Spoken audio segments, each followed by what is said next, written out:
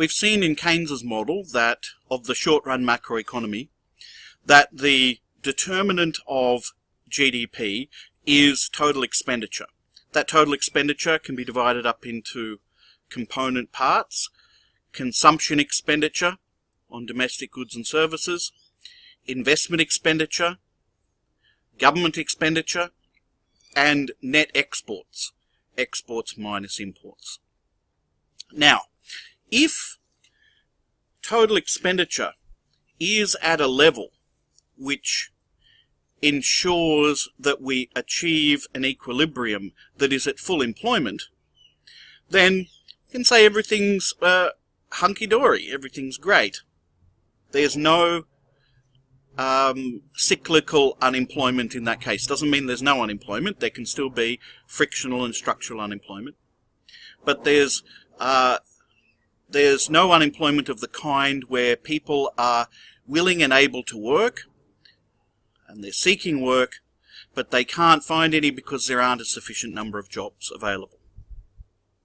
Okay. Keynes, however, argues that in the short run at least, and we're always living in the short run, so to speak, as he famously said in one of his books, "In the long run, we're all dead." We live in the short run.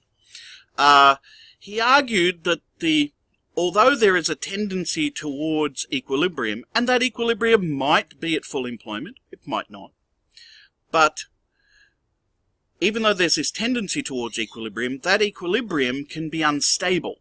That is, it can shift around. Now, why would that be the case? Well, in Keynes's model, equilibrium is determined by total expenditure. So which components of total expenditure would cause, would fluctuate? What components might be volatile? He says that consumption expenditure is not volatile. Households usually have a socially accepted and habitual standard of living which they are willing to accept. As their incomes rise, their after-tax incomes rise, they spend a given proportion of that on consumption expenditure, and a given proportion will go to taxes and imports, and this is relatively stable in the short run. When it comes to investment expenditure, however, he says that this can be volatile, and is volatile. He says that investors are very prone to erratic behaviour. Therefore, investment spending, that component of total expenditure, can wobble all over the place. And therefore, total expenditure can change, can be volatile, and therefore, the equilibrium level of GDP can be volatile as well. Why would he say that investors are erratic? Well, he says when we think about investment decisions, two major determinants are important. One is the expected future profits from any investment activity that's engaged in, and the interest rate, that is, the cost of borrowing money for investment projects. Now, if the future is certain, if the future is known perfectly well, then future profits, projected profits, are known perfectly well. And in that case, the determinant of investment would simply be the interest rate. However, he says, in reality, the future is uncertain. No one knows really what the future holds. So future profits are uncertain.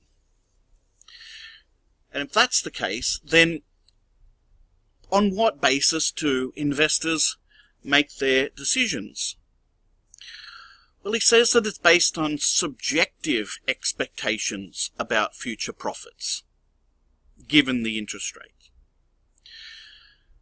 But subjective expectations are, of course, subjective. They're subject to all sorts of psychological phenomena that occur entirely in investors' minds. If investors' minds change, and they can change for all sorts of reasons, then their expectations about future profits change, and so their decisions about whether to invest or not change. And he says that investors often are, how would you say, somewhat erratic in their behaviour. Their subjective expectations about future profits can be irrationally influenced by short-run profit fluctuations. So if there's a dip in profits this year, investors might start to think that, oh, we're all doomed, or I should get out of this project now, not thinking about the long term. Or if profits arise over the next year, ignoring the future, investors might become extremely confident, and therefore be willing to invest more, forgetting about what the future might hold. In times of, and Keynes says that this has only exacerbated this optimism and this potential pessimism, this optimistic and pessimistic sentiment, or what he calls the animal spirits of the investors, is exacerbated considerably in abnormal times. That is, in times of large booms or in times of recessions or depressions. And but this doesn't mean that all the investors are just, each individual investor is just behaving, or the investors as a group are behaving randomly. That is, some are confident and some are pessimistic about the future, and they all cancel each other out in the end. Rather, he says that investors tend to behave like a herd of wildebeest. So they will, once the herd starts to turn in one direction, some investors start to become very pessimistic about the future for some reason or other. The rest of the herd tends to follow, on the assumption that, well, if these guys are becoming pessimistic, maybe they know something I don't, and they follow those investors. And so the herd becomes, as a whole, becomes more pessimistic. Or it could go in the other direction. Some of them, some market leaders, might become overly optimistic. And they start investing, and the herd will follow them in that direction. So investment can be very volatile. It's not based just on objective calculations of future profits. There are sentiments involved. There's psychology involved. And a herd psychology. And this isn't a completely mad idea. I mean, if we looked at an index of investor confidence, say for Australia, we can see that it is actually quite volatile. So, just to give you an example, here we go. There's an index of Australian business confidence, and you can see that it wobbles all over the place. From having a positive view of the future, even for a positive view of the future, it wobbles around, and then it can dip down and crash and become pessimistic about the future, very pessimistic, and then it can spike up again and it become more positive, and so on. And it jumps around a lot. So we can say, well, there's something to that. Investors are a little bit erratic in their confidence about the future, and this can impact on their investment decisions. Investor confidence can also be rendered volatile by something we call the accelerator effect. The capital requirements for businesses can be very sensitive to changes in the growth in the demand for goods and services. So, for example, if if economic growth is increasing, that is, the rate at which GDP grows accelerates, then that can cause an increase in investment expenditure. However, if the increase in GDP, that is economic growth, decreases, that is the economic growth rate falls, it's still positive, the economy is still growing, demand is still growing, but it starts to grow at a slower rate, then this can cause a fall in investment expenditure. So even though the economy is growing, investment expenditure could fall. So just to show you an example of how that would work, I'll just get rid of this. Okay. Here is the change in the demand measured in tons for some good or other, so iron ore, for example. We can see the change is increasing by 1,000. It increases by 3,000 in the next year. It increases by another 3,000 in the next year, and it increases by another 1,000 the year after that.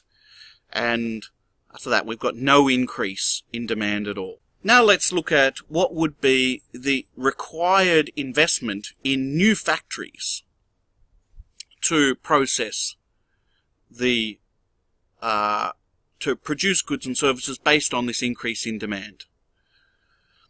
So we're making it a simple relationship here. For a 1,000 ton increase in demand, we've got an increase.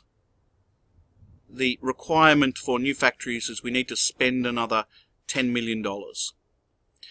For a 3,000 ton increase, we need to spend another $30 million on new factories, and so on. Alright. Now, what we're interested in here is not the level of investment in itself, but remember we're interested in the change in investment. Is investment increasing or is it decreasing? So we're looking at the change in investment. So from 10 million to 30 million due to the growth in the increase in demand. So we can see the change in investment is 20 million. But look what happens now. We increase, demand is increased by 3,000. And therefore, we've spent another $30 million in investment on new factories. But that's the same investment as in the previous year. So the change in investment is actually zero. So investment has not changed at all. It initially was increasing, but now investment has stabilized. It doesn't increase any further. Now let's go to the next level. The increase in demand has gone from 3,000 to the next year, demand has increased by 1,000. So it's still gone up, but it's gone up by less. As a result, the new investment required in the fourth year is only 10 million to match the 1,000 tons. So the new investment is only 10 million. You can see what's happened to the change in investment. In the third year it was 30 million. In the fourth year it's now only 10 million needed extra. So there is actually a fall in investment expenditure. It's fallen by 20 million. And the same story for the next one as well. So investment has fallen, even though demand has increased, but it's increased at a decreasing rate. That increase in a decreasing rate, at a decreasing rate, results in a fall in investment. So we can see here that investment expenditure, changes in investment expenditure, are very sensitive to changes in demand, changes in the rate of growth. So the upshot is that investment expenditure can be volatile, and therefore this contributes to overall expenditure, aggregate demand, potentially being volatile as well. In the case of Australia, we can add something else as well. Australia is a high trading nation, so net exports are an important part of overall aggregate demand in Australia. Now, in the case of net exports, these two net exports can also be volatile. We might say that import expenditure is relatively stable. Say there's a certain, in the short run, there's a certain proportion of our income that we will always spend on imports. But export revenue, that other part of net exports, can be quite volatile, and therefore net exports overall are volatile. Why would export expenditure be volatile? Well, one is that it's subject to fluctuations in the exchange rate. An appreciation in the value of the Australian dollar makes Australian exports less competitive, and it can result in a decrease in the demand for our export goods, and therefore less revenue ultimately. Or a depreciation in the value of the Australian dollar can make Australian exports more competitive, which can result in an increase in the demand for our exports. But also, our exports are subject to fluctuations in our trade partners' own internal investment and own demand for goods and services that we might be providing to them. Now, so for example, the case of the Chinese mining boom is relevant to Australia. If there's a decrease in the demand for iron ore in China, that will result in a substantial fall in our export revenue because we're exporting to them iron ore and coal. And we can see this graphically that our net exports are quite volatile and have become increasingly volatile in the last decade or so. So here's a graph of Australia's trade balance, its net exports. You can see the zero line means that export revenue equals import expenditure. Above the zero line, we have a trade surplus. Export revenue is greater than import expenditure. And below the zero line, we've got a trade deficit. That is, import expenditure is greater than export revenue. But the main point that I want to make here is that we can see that this net exports are volatile. Over short periods, we can see that they jump around, and over longer periods, we can see that they exhibit kind of cycles. And most recently, they've really jumped all over the place. So we can say that net exports are a volatile component of overall expenditure for the Australian economy. So in summary, since both investment expenditure and net export expenditure are volatile, overall aggregate expenditure in the economy can fluctuate. And therefore, this can cause fluctuations in GDP. For our purpose, it basically means fluctuations in economic growth, the rate at which GDP increases. And it can sometimes result in a fall in GDP, that is, a recession. And this is kind of part of the explanation for why we get business cycles, why we get booms and recessions, with periodic inflation and mass unemployment. Graphically, in terms of our Keynesian cross, you might represent it in the following way. What we want to show here is the aggregate expenditure line C plus I plus G plus NX, although there's a tendency towards equilibrium, and it could be at full employment, it's possible for this line to fluctuate, because investment expenditure, the I part of C plus I plus G plus NX, and the NX part of C plus I plus G plus NX can move around, can increase and decrease, as we've already discussed. So it could be something like this.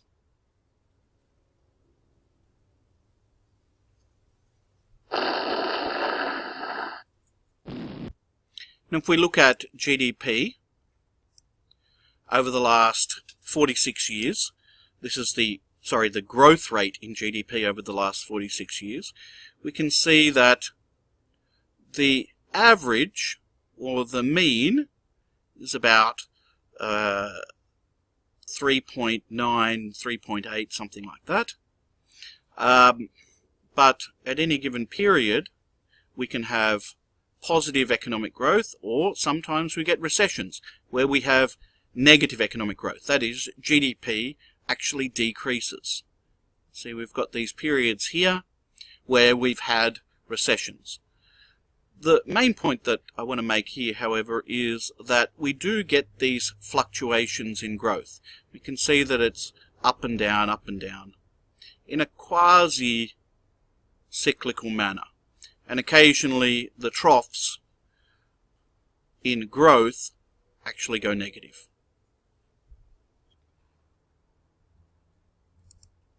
So, the main takeaway point here is that, from Keynes's perspective, is that in the short run, we can't be guaranteed that the economy will tend towards full employment. It could settle at an equilibrium point below full employment, generating mass unemployment. Furthermore, we can't be guaranteed that that actual equilibrium point will be stable. It could rise, it could fall, and that's because two components of that, for Keynes in particular, investment expenditure, is volatile, and for Australia in particular, net exports are also somewhat volatile.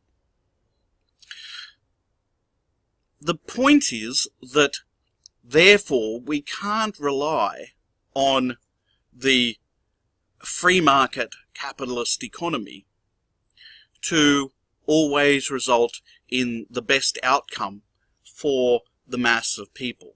It could generate mass unemployment, or it could generate inflation.